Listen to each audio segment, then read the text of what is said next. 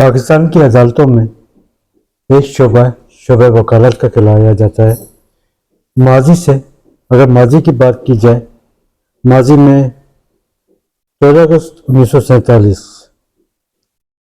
بنیاد رکھی پاکستان کی ایک وکیل نے، قائد اعظم محمد علی جناح۔ 1973 کا آئین بھی ایک وکیل نے پیش کیا۔ ماضی کے وزیر اعظم بھی اپنی خدمات انجام دے چکے ہیں، ذوالفقار علی بھٹو۔ وکلا کا کردار اور وکلا کی خدمات پاکستان کی عدالتوں میں نمایاں رہیں، اور آج وکلا کے تحفظات پائے جاتے ہیں۔ وکلا کی ویلفیئر کے حوالے سے وکلا کی جھوٹی FIR درج کی جاتی ہیں، اور یہی کالا کوٹ اور یہ وکلا ہمیشہ آئین اور قانون کی بالادستی کے لیے اہم کردار ادا کرتے آئے ہیں۔ عدلیہ کی آزادی ہو یا جج صاحبان کی بحالی کا میٹر، یہی وکلا ہمیشہ شیشہ پلائی بن کر سامنے کھڑے ہو جاتے ہیں اور عدلیہ کی آزادی اور جج صاحبان کی بحالی میں اپنا رول ادا کرتے ہیں۔ اسی موضوعات پر بات کرنے کے لیے آج ہمارے ساتھ ماہر قانون سپریم کورٹ آف پاکستان جناب قمر الزماں صاحب ہماری نشست کا حصہ ہیں۔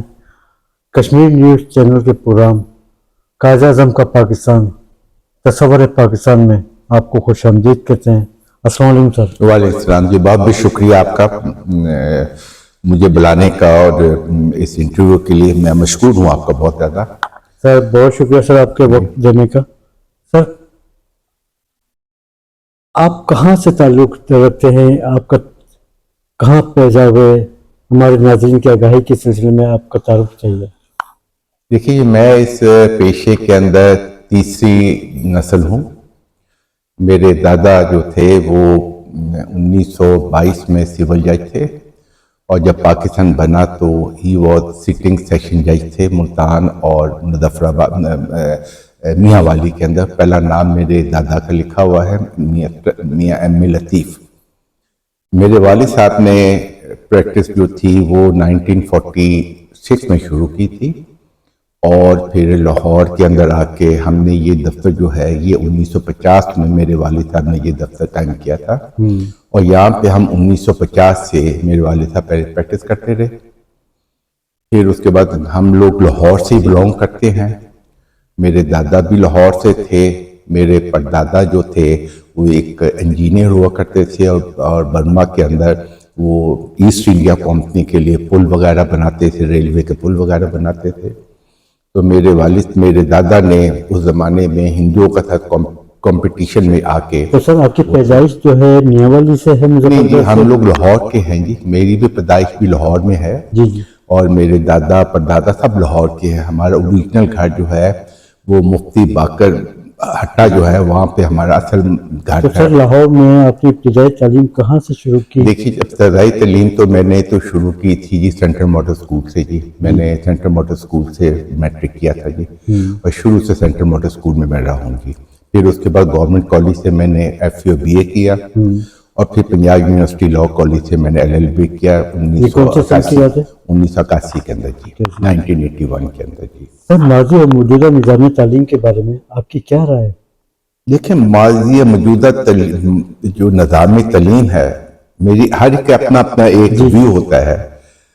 میرا خیال ہے کہ جو نظام تعلیم میں نے اپنے 1960s میں یا 70s میں پڑھا تھا، اسی کے تحت ہم لوگ اللہ کا شکر کامیاب ہوئے زندگی کے اندر چل رہے ہیں۔ اس نظام میں مجھے تو آج تک کوئی خامی نظر نہیں آئی تھی، لیکن اب جو نظام لا رہے ہیں اس نظام کے تحت بچوں کو جو ہم جس طرح کے ایک لائن، ٹھیک ہے، جدید زندگی کے مطابق کمپیوٹر ایجوکیشن، آرٹیفیشل انٹیلیجنس کی تعلیم دینی چاہیے، لیکن جو بچوں میں کریٹیوٹی ہوتی ہے وہ چیزیں ہم لوگ ان سے سلب کر رہے ہیں، اور چھوٹے بچوں کو اتنا زیادہ ہم نصاب دے رہے ہیں کہ جس کے لیے ان کے لیے امپاسبل ہو جاتا ہے کہ وہ چیزوں کو کاپ اپ کر سکے۔ تو میرا اپنا یہ خیال، میرا جو ہمیشہ کا ویو یہ رہا ہے کہ چھوٹے بچوں کو وہ چیز شروع کی جائے جس کو آسانی سے سیکھ سکے اور آگے ان کا چل سکے۔ سر ہمارے اور آپ کے دور میں تعلیم کے ساتھ تربیت کو بڑی اہمیت دی جاتی تھی، لیکن آج کل کے دور میں تعلیم تو عام ہے پاکستان میں، لیکن تربیت کا بڑا فقدان پایا جاتا ہے. اس فقدان کو کیسے دور کیا جائے؟ دیکھیں، فقدان جو تربیت کا فقدان ہے نا جی، وہ ہمارے معاشرے کے اندر جو جو جو جس طرح کی ہمارا معاشرہ چل رہا ہے جی وہ اس وجہ سے ہماری آگے اولاد بھی اسی طرح چل رہی ہے. ہم اپنے بچوں کو گھروں کی چار دیواریاں بند کر کے نہیں رکھ سکتے. جب معاشرہ اتنا زیادہ اوپن ہو جاتا ہے کہ پوری دنیا ایک فون پہ ٹچ اسکرین کے تحت آپ کے ساتھ آ جاتی ہے، نو ڈاؤٹ کہ آج کے بچے ہم جب ہم بچے تھے ہمارے میں تو بہت زیادہ وہ نالج رکھتے ہیں دنیا کے بارے کے اندر، لیکن اس نالج کے ساتھ جب ہم اپنی مذہبی چیزوں کو چھوڑ دیتے ہیں جی اور ہمارے گھروں سے مذہب کا ایلیمنٹ ختم ہو جاتا ہے اور مٹیریلسٹک کا ایک ایلیمنٹ آ جاتا ہے جس میں ہم مادی طور پر بہت زیادہ آگے نکلنے کی کوشش کرتے ہیں، وہاں پر تربیت جو ہے نا وہ اس کا فقدان پیدا ہونا شروع ہو جاتا ہے. اور خاص طور پہ جب ایک دولت کمانے کی جو ایک ریس لگی ہوئی ہے، اس میں والدین اپنے بچوں کی تربیت کا جو ان کا حق بنتا ہے اس سے ان کو محروم کر رہے ہیں. اور اصل میں تربیت گھر سے ہوتی ہے. یہ نہیں کہا جاتا کہ معاشرہ خراب ہے، اس کا مطلب ہے کہ میرا بچہ صحیح نہیں ہے تو مجھے اپنے آپ کو بلیم دینا چاہیے کہ میں نے اپنے بچے کی صحیح تربیت نہیں کی. جب سے پاکستان میں پرائیویٹ تعلیم عروج پر آئی ہے، سرکاری تعلیمی معیار گرتا چلا گیا ہے، اس بارے میں آپ کیا سمجھتے ہیں کہ فوری طور پر تعلیمی اصلاحات کی ضرورت ہے؟ جی، اس کے اندر بالکل بہت اچھا سوال کیا ہے. ہمارے معاشرے میں تعلیمی گراوٹ جو پچھلے 20 سالوں سے ہو رہی ہے، اس کی مین وجہ یہ ہے کہ ہم نے اپنے سرکاری اسکولوں میں جب ہم پڑھا کرتے تھے، سینٹرل ماڈل پورے پنجاب کے اندر نمبر 1 ہوتا تھا اور بڑی بڑا کمپٹیشن ہوتا تھا. وہ سرکاری اسکول تھا اور بہت اچھے وہاں پہ جو اساتذہ ہوتے تھے وہ آتے تھے. لیکن اب وقت کے ساتھ ساتھ کیونکہ معاشرے میں جو ایک گراوٹ آ رہی ہے وہ ہر جگہ آ رہی ہے، اور وہی ہماری جو پیشہ جو استاد کا پیشہ اس کے اندر بھی آ رہی ہے. وہی استاد ایک پرائیویٹ اسکول میں جا کے سیٹ کے نیچے بیٹھ کے اچھی تعلیم دیتا ہے، جبکہ سرکاری طور پہ آ کے وہ اپنے فرائض انجام دینے کو تیار نہیں ہے، بلکہ وہ زیادہ انٹرسٹڈ ہوتا ہے کہ اسٹوڈنٹ اس کے پرائیویٹ ٹیوشن کے ذریعے اس کی پڑھائی کر لے، جو کنسیپٹ ہمارے دور میں نہیں ہوا کرتا تھا. بے شک. سر، جیسے کہ ابھی آپ نے فرمایا کہ آپ نے ایف اے کیا، بی اے کیا، پھر 1981 میں آپ نے ایل ایل بی کیا. آپ نے کس سے متاثر ہو کر ایل بی کیا اور پھر آپ پریکٹیکلی شعبہ وکالت کی طرف کیسے آئے؟ دیکھیں، میں نے پہلے گزارش کی ہے کہ میری تو 2 نسلیں پہلے سے پروفیشن میں تھی اور میں بھی اس پروفیشن میں آیا. میرا ایک بڑا بھائی ہے وہ بھی پروفیشن میں آئے، تو ہم 2 بھائی ہوتے اس پروفیشن میں ہم آئے تھے. تو وہ نیچرلی گھر کے اندر جو ایک ماحول بن رہا ہوتا ہے تو گھر کے اندر ہی لائکنگ شروع ہو جاتی ہے کہ انسان نے کون سا پیشہ اڈاپٹ کرنا ہے. تو کیونکہ وہ کیا کہتے ہیں کہ قانون میرے رگوں میں تھا، تیسری جنریشن میں تھی، تو اس لیے وہ گھر سے ہی شوق پیدا ہوا تھا پروفیشن میں آنے کے لیے. جب آپ نے اپنی لیگل پریکٹس کا آغاز شروع کیا تو اس وقت آپ کے استاد محترم تو آپ کے والد محترم اور دادا بھی ہوں گے، تو اس کے علاوہ اور کوئی استاد محترم؟ ہاں جی، جب میں نے اپنی پریکٹس شروع کی تھی تو میرے والد صاحب جو تھے نا وہ خالی سپریم کورٹ کا کام کرتے تھے. تو اس لیے میں نے سب سے پہلے محمد الیاس خان صاحب ہمارے ایک سینئر وکیل تھے، ہمارے ساتھ ہی چیمبر ان کا ایک ٹرنل روڈ پہ، میں نے ان کے ساتھ ان کی شاگردی اختیار کی تھی اور میں نے 2.5-3 سال ان کے ساتھ سول لا اور کسٹم کا لا سیکھا تھا. پھر ایک ہمارے سینئر وکیل ہوا کرتے تھے شیخ مقبول احمد صاحب، جن کو عرفیہ میں باٹا صاحب کہتے تھے، میں نے ان کے ساتھ 2.5-3 سال کام کیا. پھر ایک ہمارے بزرگ تھے چودھری فضل حسین صاحب، میں نے ان کے ساتھ بھی 4-5 سال کام کیا.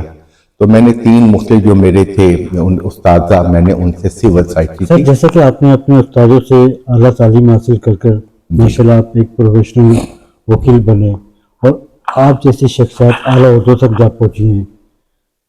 آج کل کے نئے آنے والے وکلا اپنے سینئر کی پریکٹس سے نالاں نظر آتے ہیں، آرگومنٹس کے موقع پر ان سے بات نہیں کی جاتی، شارٹ کٹ چاہتے ہیں، جبکہ یہ لانگ ٹرم پروفیشنل شعبہ ہے. اس حوالے سے بڑے تحفظات پائے جاتے ہیں. دیکھیں، بات اصل میں ایک بات جو ہماری ینگسٹرز آتے ہیں نا، وہ ایک چیز کو نہیں سمجھتے. وہ یہ چیز ہوتی ہے کہ یہ عام پروفیشن کی طرح کسی جگہ نوکری کر لی اور مہینے کے بعد آپ کو ایک چیک مل گیا, آپ کو پے مل گئی اور آپ مالی طور پر آسودہ ہونے شروع ہو گئے. اس میں وہ چیز نہیں ہے. اس میں تو ہم جو پہلے جب آئے تھے, جو ہم سنا کرتے اپنے بزرگوں سے بھی, کہ پہلے 5 سال تو آپ نے اپنے گھر سے کھانا ہے. آپ یہ ایکسپیکٹ نہ کریں کہ آپ پہلے 5 سال اپنے پروفیشن سے کھائیں گے یا آپ کمائیں گے. اگر یہ ذہن میں رکھ کے آپ پریکٹس شروع کریں, اور آپ نے بہت زیادہ پیشنٹ ہونا چاہیے. اللہ تعالیٰ بہت سکسیس دیتا ہے, اس میں بہت کامیابی دیتا ہے. وہ کہتے ہیں کہ ٹاپ از آلویز ویکنٹ. جس میں یہ لوگ کہنا کہ یہ کراؤڈ بہت زیادہ اوور کراؤڈیڈ ہو گئی, کبھی اوور کراؤڈیڈ نہیں ہوتا. لیکن ہم جو امپیشنٹ ہو جاتے ہیں, ہم بہت زیادہ جلد بازی میں چلے جاتے ہیں, وہ چیزیں ہماری جو ہے نا غلط ماحول کی طرف چلی جاتی ہیں. پھر جو ہمارے جو ڈیو رسپیکٹ میں تو ان کو جو ہماری لیڈران ہیں اب پچھلے 20 سالوں سے, کہ جو ہمارے پروفیشن میں سیاسی کشمکش شروع ہو گئی پائی جاتی ہے, جس کے تحت ہمارے کچھ نام نہاد وکلا جو ہے وہ ایک لیڈر بن جاتے ہیں, اور لیڈر بن کے ان کا کام صرف یہ ہوتا ہے کہ وہ کسی سے ووٹ لے. تو وہ جب نئے ینگسٹرز آتے ہیں اور ان کے ساتھ اٹیچ ہو جاتے ہیں, تو وہاں پہ ان کو سیاست نظر آتی ہے, ان کو پروفیشنلزم نظر نہیں آتا. تو اس لیے میرے سے اپنے ذہن میں یہ آتا ہے کہ جو نئے بچے آتے ہیں ان کو ہم سینئر ہیں, ہم ان کو سیاست سے دور رکھیں.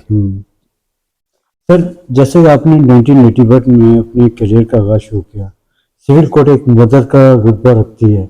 سول کورٹ, ہائی کورٹ اور سپریم کورٹ, ماضی کی اگر بات کی جائے تو وہاں پر مینول سسٹم ہوتا تھا, آج کل کمپیوٹرائز سسٹم ہے, لیکن چیک اینڈ بیلنس نظر نہیں آتا. عدالتوں کا معیار بڑا بلند و بالا پایا جاتا تھا, آج کل عدالتوں کا معیار پوری دنیا کے سامنے ہے. آپ کیا کہیں گے سر؟ دیکھیں اس میں یہ بڑا ایک طویل موضوع ہے جس میں ہم اس کا اگر ڈسکس کرنا شروع کریں. دیکھیں 81 یا 82 میں لاہور میں اگر 60 سول جج تھے, تو جو ایک سول جج کی جو لسٹ ہوتی تھی اس میں روز کے 30 یا 35 کیس ہوتے تھے جو باحسن طریقے سے سول جج کر لیتا تھا. لیکن جس طرح پاپولیشن گروتھ ہو رہی ہے, ہماری آبادی 81 سے لے کر 2025 میں دگنی ہو گئی ہے, اس لحاظ سے ہم نے اپنا انفراسٹرکچر نہیں بنایا. چاہے ہم نے سول ججز کی تعداد کو لاہور میں 200 یا 250 یا 300 کر دیا ہے, لیکن ایک سول جج کے پاس اب روز کی لسٹ دیکھے جا کے وہ بھی بیچارہ کیا کرے, اس کے پاس روز کے 400 کیس لگا ہوتا ہے یا 350 کیس لگا ہوتا ہے. اور ہم مذاق کرتے ہیں کہ اگر کوئی سول جج جو 350 کیس وہ اپنے ہاتھ سے خالی یہی لکھے کہ حسب استدعا التوا لیا جاتا ہے, کیس ملتوی کیا جائے, تو 350 کیسوں کو اپنے ہاتھ سے یہ لکھتے ہوئے اس کو پورا دن چاہیے. تو اصل میں ایک کی جو ہم پروفیشن میں دیکھ رہے ہیں کہ وہ ہم اپنے کام سے سیٹسفائی نہیں ہے, اس کی ایک بڑی وجہ یہ بھی ہے. دوسری وجہ جو ہمیشہ میں بلند آواز سے کہتا ہوں, اس میں جو ہماری جوڈیشری کا جو ہائی کورٹ کا جو سسٹم ہے وہ غلط ہے. ہمیشہ سول جج پنجاب پبلک سروس کمیشن سے آتا تھا, وہاں پہ وہ سیٹیں جاتی تھیں. جس طرح باقی پبلک ڈپارٹمنٹ میں کینڈیڈیٹ آتے ہیں وہ پنجاب پبلک سروس کمیشن کا ایگزام دیتا تھا. چاہے 2000 کینڈیڈیٹ پیش ہوئے ہیں اور 100 سیٹیں ہیں, تو ان میں سے خالی 20 یا 25 یا 30 لوگوں کو سلیکٹ کرتا تھا. یہ جب آ کے 2009 میں 2010 میں ہائی کورٹ نے ریکروٹمنٹ اپنے ہاتھ میں لے لی, اور پہلے ہی کھیپ انہوں نے 1000 یا 1100 لڑکے لڑکیوں کو سول جج کے طور پر بھرتی کیا. انہوں نے اپنے سو کالڈ ایگزامینیشن لے کے آپ نے وہیں پہ سسٹم ختم کر دیا. اس وقت جو پرابلم ہماری ہو رہی ہے وہ یہ ہو رہی ہے کہ جو سول ججی کا ایگزام ہائی کورٹ لیتا ہے اس میں وہ لوگ جو کہ نان پریکٹسنگ لائرز ہیں وہ گھروں میں تیاریاں کر کے حفظ کر کے کتابوں کو سیکشن کا حفظ کر کے وہ آ جاتے ہیں. ان کا ایک دن کا بھی سول کورٹ کا ایکسپیرینس نہیں ہوتا, اور وہ ایگزام دے کے کیونکہ وہاں پہ انہوں نے ہر چیز حفظ کی ہوتی ہے, رٹا مارا ہوتا ہے جسے ہم پنجابی زبان میں کہتے ہیں, دے سکسیڈڈ. لیکن جب وہ جوڈیشل سیٹوں پہ بیٹھتے ہیں انہوں نے ایک دن بھی پریکٹس نہیں کی ہوتی, تو تو اس طرح پھر جب ہم ایک پریکٹسنگ لائر ان کے سامنے پیش ہوتا ہے، یہ میری اپنی رائے ہے، وہ ہر کوئی بندہ اپنی اپنی رائے رکھتا ہے، لیکن میں جو سمجھتا ہوں کہ ہم نے اپنے جوڈیشل سسٹم میں اس وقت ایک ضرب لگائی جب ریکروٹمنٹ آف دا سول ججز اور ایڈیشنل سیشن ججز کو ہائی کورٹ نے اپنے ہاتھ میں لے لیا اور پنجاب پبلک سروس کمیشن سے واپس لے لی۔ تو سر آپ کیا سمجھتے ہیں کہ سول جج صاحبان اپنی ذمہ داریاں بخوبی انجام نہیں دے پاتے، جس کی وجہ سے ڈبل ججمنٹ آ جاتی ہے؟ دیکھیں سول ججز کی، دیکھیں آپ نے جس قسم کا بیج لگائیں گے آپ اسی کو اگر آپ نے انار کا بیج لگایا ہے اس پر سے سیب تو نہیں لگیں گے نا۔ بات یہ ہوتی ہے کہ آپ کو وہ سسٹم جو پنجاب پبلک سروس کمیشن کو اس کو بحال کرنا پڑے گا اگر آپ چاہتے ہیں کہ فیوچر میں اچھے سول ججز ہیں۔ ایک کرائٹیریا ہوتا ہے نہ کہ ہم اپنے ہی ادارے کے اندر اپنا ہی ایک وعدہ کردہ نظام تعلیم کے تحت اپنے بندے ریکروٹ کرنا شروع کرتے۔ یہ سسٹم میں سب سے بڑی خرابی ہے میری سمجھ میں۔ میں نہیں کہہ رہا کہ سول ججز جو ہے وہ قابل نہیں ہے، لیکن آپ کے تجربات کی روشنی میں خامیوں کو کیسے دور کیا جا سکتا ہے سر؟ دیکھیں ان خامیوں کو دور کرنے کے دو ہی طریقے ہوتے ہیں جی۔ ایک تو ہے کہ جو ہمارے ایک جو کہتے ہیں کہ کسی کو فیورزم دینا، وہ ہر چیز میں چل رہا ہے ہمارے یہاں، وہ چیز اگر ختم ہو جائے وہ نہیں ختم ہو سکتی کیونکہ ہمارے ایک کلچر کا حصہ بن کی ہوئی ہے۔ دوسرا میں سمجھتا ہوں آج بھی اگر ہم نے سول جج لوور کورٹ کو ٹھیک کرنا ہے تو recruitment Punjab public service commission کو دے دی جائے تاکہ وہاں سے جو بچہ جو ججز آئے ہیں جو پہلے ماضی میں ججز آتے تھے they were the most competent judges، نہ کہ ہائی کورٹ خود اپنے سسٹم سے لے کے پر without seeing anything کہ وہاں پہ پھر فیوریٹزم بھی ہوتی ہے۔ اگر بات کی جائے مقدمات کی، نچلی سطح کی عدالتوں میں فیملی مقدمات کے ساتھ سول مقدمات کی بھرمار پائی جاتی ہے۔ اسی طرح ہائی کورٹ میں 26 لاکھ سے زائد مقدمات زیر التوا پائے جا رہے ہیں۔ سپریم کورٹ آف پاکستان میں تقریباً 65,000 سے زائد مقدمات زیر التوا ہیں۔ آپ کے تجربات کی روشنی میں آئینی بینچز جو تشکیل دیے گئے ہیں ان کے ذریعے مقدمات میں کمی آ سکتی ہے یا نہیں؟ نہیں جی، ہر ایک اپنا اوپینین ہوتا ہے۔ میرے اپنے نزدیک یہ جو آئینی بینچ جو بنایا گیا ہے it is a political motivated move۔ اس میں کوئی کورٹس کا کام لوور ڈاؤن کرنے کے لیے یا ان کا برڈن کرنے کے لیے کوئی نہیں، کہ وہی ججز ہے جو پہلے سپریم کورٹ کے ججز تھے ان کو رینک بدل کے ان کو ایک دوسری جگہ بٹھا دیا۔ ججز تو وہی ہیں، کوئی فرشتے اوپر سے تو نہیں آئیں گے یا روبوٹ تو کام نہیں کریں گے۔ بات اصل میں یہ ہے کہ یہ آئینی بینچ بنانا یا دوسرا بینچ بنانے سے میکس نو ڈفرنس۔ اگر آپ میں کام کرنے کی موٹیویشن ہی نہ ہو اور آپ نے اپنی موٹیویشن کو ختم کر کے آپ کام کر رہے ہو، جس تک آپ کو بحالت مجبوری آپ سیٹ پہ بٹھا دیا جائے، آپ ان بیک لا کو ختم نہیں کر سکتے ہو۔ نمبر 1۔ نمبر دوسری جو بات ہے کہ ہم ایک چیز کو ریئلائز نہیں کرتے کہ ہم ججز کو یہ جوڈیشری کو خام خواہ الزام دے رہے ہوتے ہیں، ہم اپنی پاپولیشن گروتھ کو مد نظر نہیں رکھتے۔ جہاں پہ 12 کروڑ سے 25 کروڑ کی آبادی آ جائے گی اتنے ہی زیادہ مقدمات آنے شروع ہو جائیں گے، جبکہ ہمارے ملک کے اندر ٹالرنس ختم ہوتی جا رہی ہے۔ جب ہم خود کہہ رہے ہیں کہ ہمارا ایک معاشرہ جو ہے وہ بہت نیچے جا رہا ہے، تو اس قسم کے معاشرے میں مقدمات کی بھرمار ہو جائے گی، جس میں آدھے سے زیادہ مقدمات وہ ہوتے ہیں جو خالی اپنی انا کے مسئلے کو بنائے جاتے ہیں، اس کا کوئی حقیقی ڈسپیوٹ یا جھگڑا نہیں ہوتا۔ ابھی جیسے کہ آپ نے ذکر کیا تھا کہ آپ نے سول کورٹ اور انکم ٹیکس کی پریکٹس کے حوالے سے تربیت حاصل کی، آج کے مقدمات کے حوالے سے آپ کی کیا مصروفیات ہیں؟ دیکھیں میں نے تو دو چیزیں ہوتی ہیں، میں بہت بچگانہ بات کر رہا ہوں لیکن میں نے اپنے آپ سے یہ بات کی تھی کہ میں نے سول کورٹ کا اور ٹرائل کورٹ کا کام کوئی 25 سال وہ چھوڑ دیا۔ اس کی ایک وجہ میرا اپنا ریلیجیس ایک ویو تھا کہ اب ٹرائل کورٹ کے اندر جب آپ کام کرتے ہو، آپ اس سے وہ سوٹ فائل کرتے ہو، نیچرلی آپ نے اس کو اپنے ایویڈنس کے لیے تیار کرنا ہوتا ہے، اور مجھے شرم آتی ہے ان وکیلوں کے اوپر جو اپنے دفتروں میں گواہوں کو بٹھا کے ان کو سکھاتے ہیں کہ آپ نے یہ بیان دینا ہے، اور پھر وہ قرآن کے قسم اٹھا کے وہ بیان دیتے ہیں جو رات کو اس کو طوطے کی طرح رٹایا جاتا ہے۔ اس لیے ایک تو وجہ یہی ہے۔ دوسری وجہ یہ ہے کہ میں اب یہ سمجھتا ہوں کہ جو ٹرائل کورٹ میں کام کرنے کے بعد انسان کو چاہیے ہوتا ہے کہ وہ وہ اپلیٹ کورٹ پہ یا کانسٹیٹیوشنل کورٹ کے اوپر جا کے زیادہ اپنا کنسنٹریٹ کرے، نہ کہ نیچے کرے. جی بالکل. اس لیے میں نے تو پچھلے 25 سال سے ٹرائل کورٹ میں تو نہیں جاتا، میں خالی اپلیٹ کورٹ میں کام کرتا ہوں. سر 1981 سے لے کر آج تک 2025 تک آپ نے کبھی بار کی سیاست میں حصہ لیا؟ نہیں جی، میں نے کبھی سیاست میں نہیں، مجھے وہ مذاق میں کہتے ہیں، مجھے اپنے پورے خاندان کا پتہ ہے کہ پیچھے کہاں سے نہیں آیا، تو میں نے کبھی سیاست میں حصہ نہیں لیا. جی کبھی حکومتی سطح پر آپ کو پیشکش ہوئی؟ حکومتی جگہ پر بالکل ہوئی. اللہ کا شکر ہے، جو انسان ایک وکیل اپنی زندگی میں ڈریم کر سکتا ہے وہ ہوا، بالکل ہوا. 3 دفعہ میرا نام ہائی کورٹ کے ججی کے لیے گیا، 2 دفعہ اچھے عہدوں پر بھی میں فائز رہا. الحمدللہ زندگی بہت سکسیسفل رہی ہے، اللہ کا شکر ہے. سر آپ جیسی شخصیات بری طرح متاثر ہوتی ہیں جب بات آتی ہے جعلی وکلا کی. تمام بارس میں کمپیوٹرائز سسٹم موجود ہے، چیک اینڈ بیلنس نظر نہیں آتا. پنجاب بار کونسل کا کیا کردار ہے جس کی وجہ سے جعلی وکلا کی بھرمار پائی جاتی ہے اور آپ جیسی شخصیات متاثر ہوتی ہیں؟ دیکھیں میں آپ کو گزارش کروں، میں کسی کے بات ایسی بات کنٹروورشل بات نہیں کرنا چاہتا کہ کل میرے تمام دوست جو ہے وہ پنجاب بار کونسل میں ہیں یا تمام ہیں جن کو بھی ہے، لیکن انفارچونیٹلی ہمارے جو پروفیشنل لائرز ہیں جو کہ وکالت کے ذریعے ہیں وہ کبھی سیاست میں آگے نہیں آئے. جی. اور اس وقت جو ہمارے ریپرزنٹیٹیوز ہیں وہ زیادہ تر نان پریکٹسنگ لائرز ہیں. ود ڈیو ریسپیکٹ، ہم تو ان کے نام بھی نہیں جانتے جو ہمارے ممبر پنجاب بار کونسل بنے ہوئے ہیں. ٹھیک ہے، اب بات آ گئی ہے یہاں پہ برادریزم کی، یہاں آ گئی ہے گروپزم کی. تو لوگ جو ہے یا ووٹ جو ہے یا ینگسٹر ووٹ جو ہے وہ اپنی برادری کو لے کے آ کے چلتا ہے، نہ کہ پروفیشنلزم کو آ کے لے کے چلتا ہے.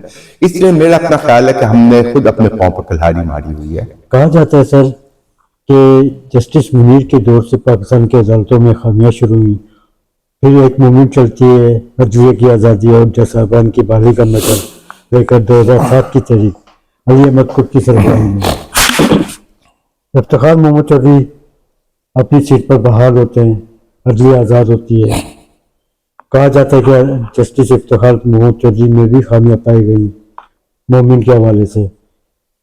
جسٹس ثاقب نثار، قاضی فائز عیسیٰ تو اپنی غلطیوں کا اعتراف بھی کر کے گئے.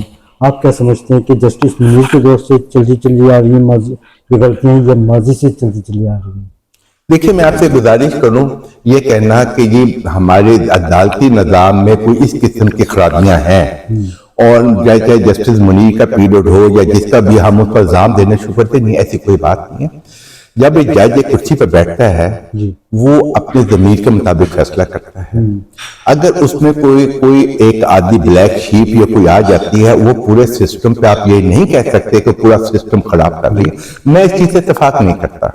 میں تو ہمیشہ یہ سمجھتا ہوں کہ اس ملک میں جوڈیشری کے اندر بھی جس قسم کے فیصلے آئے وہ پولیٹیکل موٹیویٹڈ فیصلے تھے اور پرنسپل اور نیسیسٹی جو ہے وہ ہمیشہ ہماری جیسے تھرڈ ورلڈ کنٹریز کے اندر ایک حصہ رہتی ہے. جہاں تک آپ وکلا بحالی کی موومنٹ تھی، میں نے تو بہت قریب سے دیکھا اور میرے پہلے شروع دن سے یہ تھا with due respect it is a political motivated provision. کوئی انسان سوچ سکتا تھا کہ 2008 میں یا 2007 میں مشرف جیسے ایک اسٹرانگ ڈکٹیٹر کو ہٹایا جا سکتا ہے؟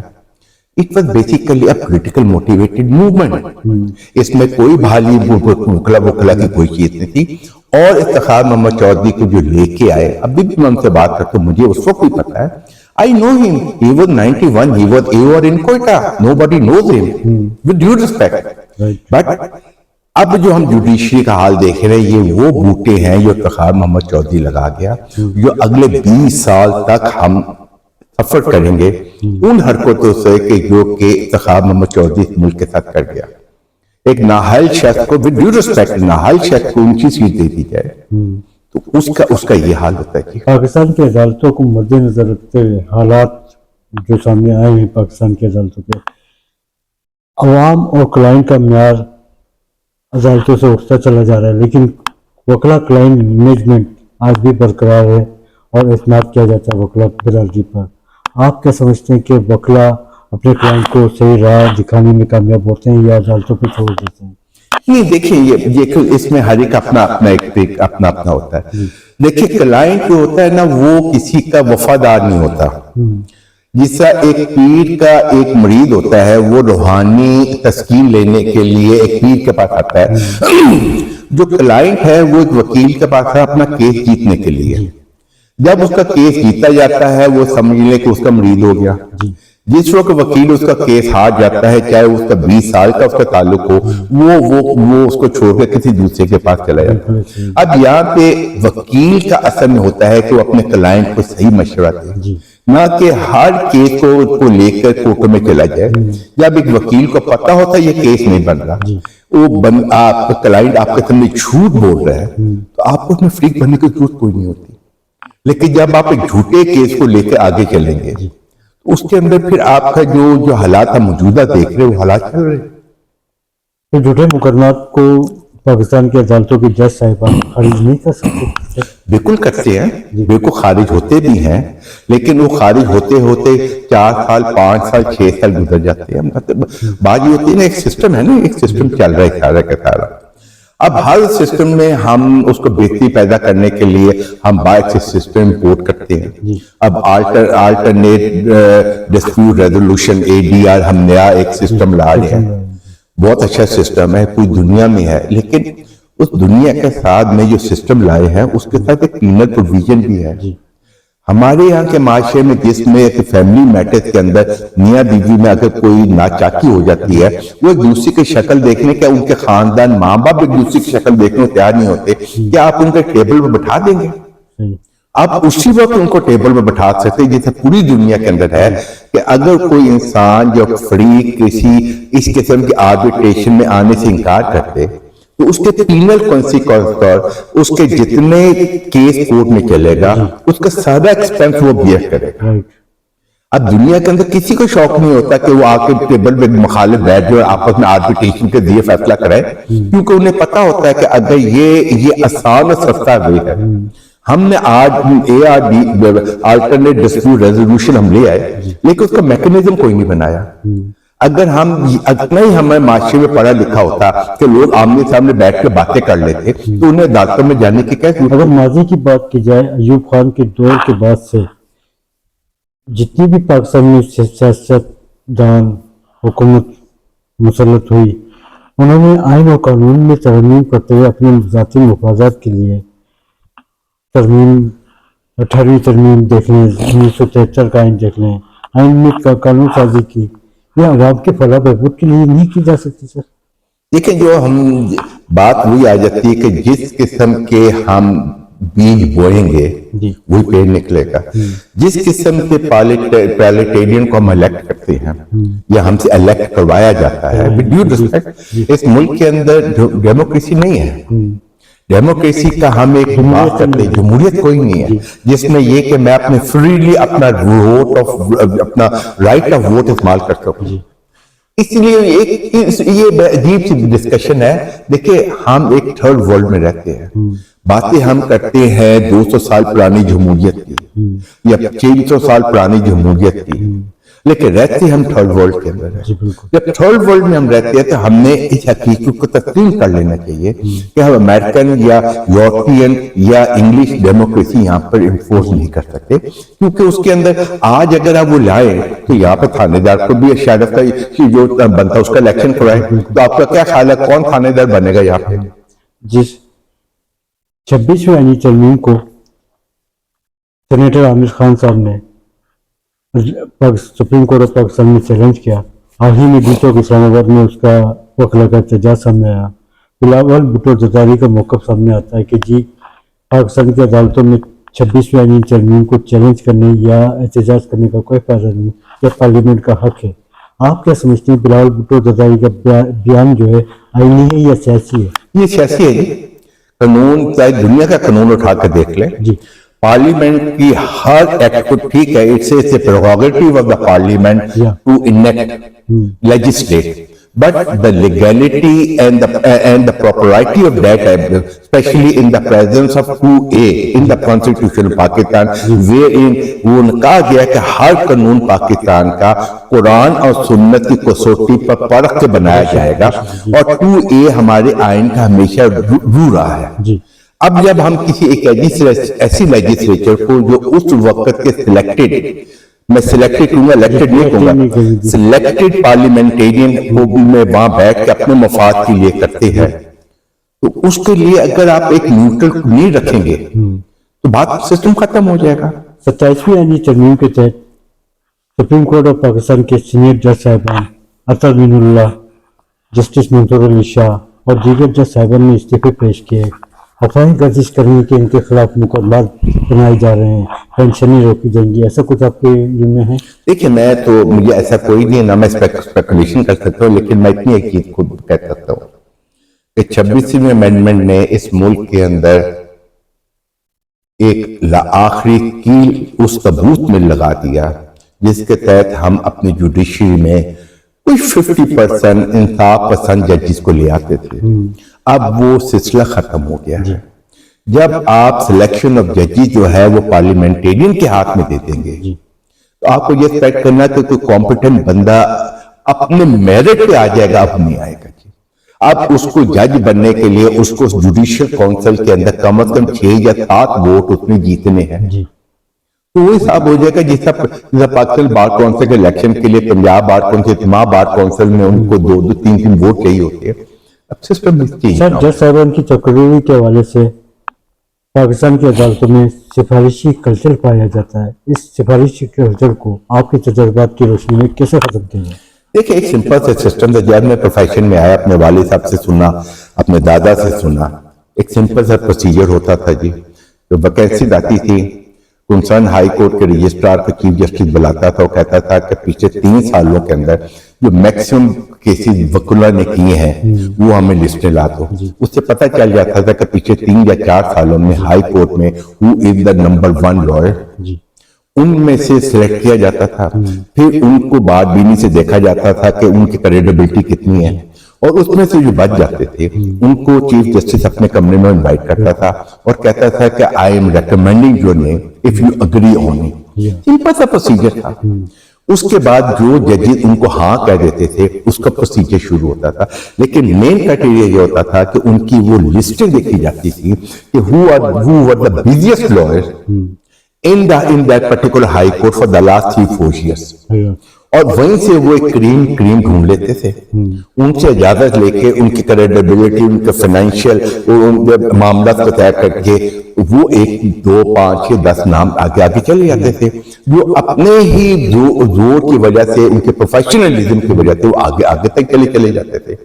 جب آپ نے یہ سسٹم ختم کر دیا، مجھے اچھے بتایا، میرے والد صاحب مجھے بتایا کرتے تھے کہ 62-63 my father was very close to President Ayub، تو ایوب خان جو ویسٹ پاکستان ہائی کورٹ کا جو جج بنتا تھا تو پریزیڈنٹ ایوب اس کا خود انٹرویو لیتا تھا، اور وہ پنڈی کے دربار ہال کے اندر 2 کرسیاں ہوتی تھی، ایک ایوب خان بیٹھا ہوتا تھا، ایک طرف جو کو نومینیٹ کیا جاتا وہ پورا چل کے آتا تھا، اور ایوب خان اس سے خود ڈسکشن کرتا تھا، ہی سے کہ جو جج ہائی کورٹ کا بنے گا اس کا ایک سٹیٹس ہونا چاہیے کلچرلی طور پہ بھی۔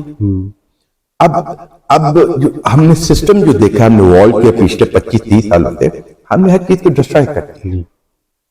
کہا جاتا ہے پاکستان کی عدالتوں میں انصاف کے حوالے سے ایک کالی بیڑیاں کام کر رہی ہیں جو کہ انصاف کی فراہمی میں رکاوٹ ڈالتی ہیں، ان کالی بیڑیوں کو کیسے باہر نکالا جائے؟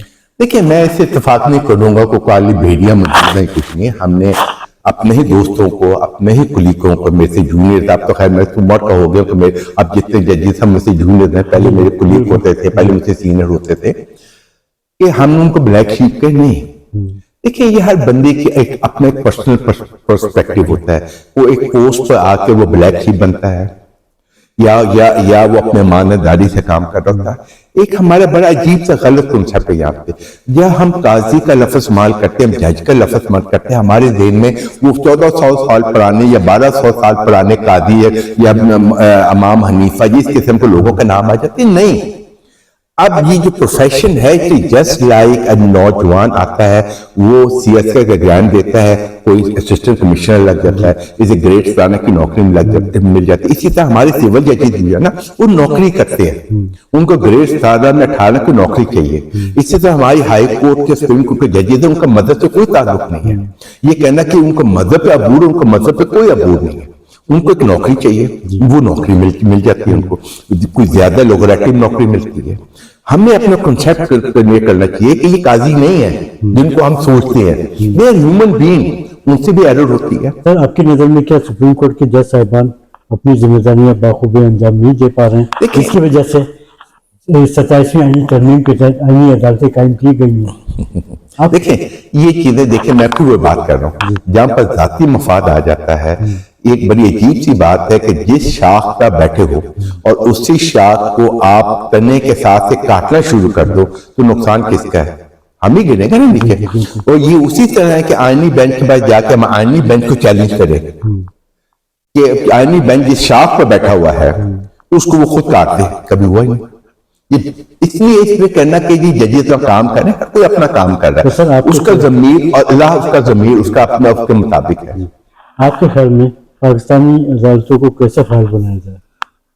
دیکھیں عدالتوں کو فائل بنانے کا طریقہ یہ ہے کہ تخار محمد چودھری جیسے لوگوں کو کوئی موومنٹ بنا کے نہ لایا جائے. میں آپ کو آج بتاتا ہوں. اس وقت موجودہ جو ہمارے حالات بنے ہیں وہ 2009 کی بحالی ججز کی جو موومنٹ تھی اس کے اندر اس کی وجہ سے حالات بنے بہت زیادہ. اور اس وقت کا جو ہم نے ایلیمنٹ کو اپنی جوڈیشری میں لیا ہے اس کا کوئی اینڈ نہیں ہے. اگلے 20 سال تک مجھے کوئی اینڈ نظر نہیں آتا.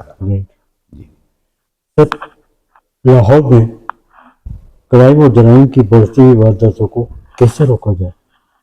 دیکھیں میں تو میرا ایک اپنی فلسفی ہے. دیکھیں بات یہ ہے اس ملک کا سب سے بڑا جو ایک مسئلہ ہے نا وہ پاپولیشن ہے. ہم پاپولیشن گروتھ کو کنٹرول نہیں کر سکے. آج سے 25-30 سال پہلے 2 بچے بھلے ایک نعرہ ہوتا تھا, فیملی پلاننگ کا نعرہ ہوتا تھا, پاپولیشن گروتھ رکتی تھی. اب ہمارے ملک کے اندر ہم اس کو جتنا مرضی 10 سالہ منصوبہ بندی یا پلاننگ کریں, وہ ہم جب تک فیملی کنٹرول نہیں کریں گے پاپولیشن کو, آپ کو منصوبہ ختم ہو جائے گا. کرائم کہاں زیادہ ہوتا ہے جہاں پہ اکنامک حالات خراب ہونے شروع ہو جاتے ہیں. جب آپ کے گھر میں ماں باپ موجود ہے, انہوں نے 8 بچے پیدا کر دیے, ان 8 بچوں کو نوکری نہیں مل رہی, تو وہ کیا کریں گے؟ ایک 2000 روپے کی یا 3000 روپے کی ایک پسٹول خرید کے اگر وہ اتنا پیسہ کمانا شروع کر دیں گے تو لوگوں کے لیے لا اینڈ آرڈر کی سچویشن یہ ہے. جب آپ لوگوں کو روزگار کے مواقع نہیں دیں گے اور امیر سے امیر اور غریب سے غریب تک ہو کر مڈل کلاس اب ختم کر دیں گے آپ اس کے اندر, اس معاشرے میں یہ چیز ہوتی ہے جو ہم دیکھ رہے ہیں. موجودہ حکومت سے آپ خوش ہیں؟ دیکھیں میں تو کسی حکومت سے نہ خلاف نہ ان کی مجھے فیور میں ہوں. میں اس قسم کے کنٹروورسی چیزوں میں نہیں پڑتا جی. میں باقی وہ جانیں گے, اللہ جانے کا. میں تو ہمیشہ سر کشمیر پہ بات کرتے ہیں. 27 اکتوبر 1947 کشمیر کا یوم سیاسی. کشمیری عوام اپنے حقوق سے محروم, آزادی کے منتظر ہیں. آپ کے تجربات کی روشنی میں مسئلہ کشمیر کا حل کیا ہے؟ دیکھیں یہ جو آپ کی بات یہ ہے کہ آزادی کے منتظر ہے, یہ غلط ہے آپ کے نالج. آج آپ جا کے مقبوضہ کشمیر سے پوچھ لیں یا ایون آزاد کشمیر سے پوچھ لو, وہ پاکستان کے ساتھ نہیں آنا چاہیں گے. وہ ہم لوگوں نے ایک اپنا پولیٹیکل اسٹینڈ بنایا ہوا ہے. They want to be an independent state.